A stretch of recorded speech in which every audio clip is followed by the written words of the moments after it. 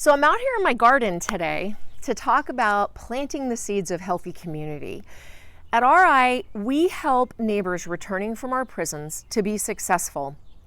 And we believe that prison is an abysmal waste of time and money. Kind of like fertilizer, just thrown on the ground. It's a lot of crap, but not much is growing. And today I wanted to let you know that there are seeds of change being sown all over this nation, and specifically about some things that are being addressed in the legislature in Salem here in Oregon. We've chosen to support a handful of bills that will help us to reform our prison system, or reform our criminal justice system into one that is less racist, less expensive, and more focused on equity and human flourishing, which is the essence of public safety. So we've chosen to support a handful of bills that, if these are passed, would positively impact the health and well-being of all of our communities. First is HB 2002.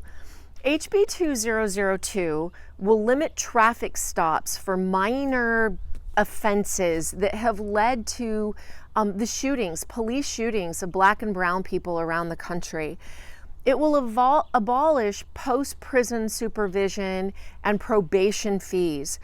Those are so hard on poor people, and instead incentivize folks in their post-prison supervision journey by helping them to cut time off of that. It's also going to require that the state of Oregon collect race and gender data. We have very, very poor data on race and gender of the people that we incarcerate and then supervise after they are released from prison. And it'll take monies and invest in culturally specific services, crime victim services, and in restorative justice initiatives, looking at alternatives to incarceration, ways to find healing for both crime victims and the people who have perpetrated crime. We're also supporting HB 2172.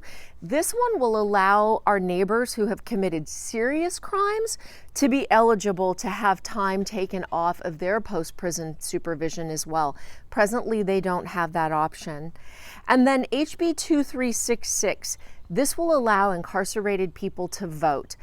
Allowing incarcerated people to vote makes them feel more connected to community, and feeling more connected to community has been shown to decrease recidivism and reoffending. And at RI, we are very much in support of any Measure 11 reforms. And we want to support SB 401 and SB 191. What is Measure 11? Measure 11 was passed in the 1990s and 1994. It's tough on crime sentencing legislation that really believed during a period of time in this country where we are all in fear of the drug war and drug lords and welfare queens and the things that the media and politicians told us were bad out there. And we passed these harsh sentencing laws because we believed that the longer the sentence would deter crime. We now have a lot of research and data that shows that's just not the case.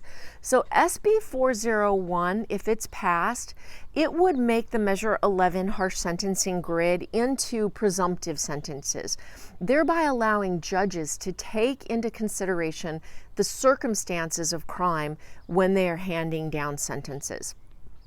SB 191 will allow people who are sentenced under Measure 11, presently in prison, to get some time taken off of that sentence if they've had great behavior while they were inside doing their time.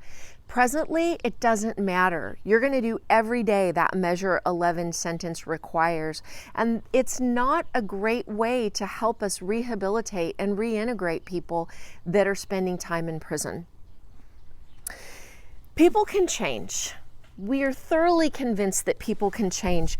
Kind of like a bean seed that eventually grows up and changes into green beans, and then is capable of nourishing. Healthy community means that we've got to let go of our reliance on prison and incarceration and harsh punishment and start addressing the roots of crime and planting these seeds of change in ways that will help us all realize the dream of healthier, thriving communities. Get outside. It's a beautiful day.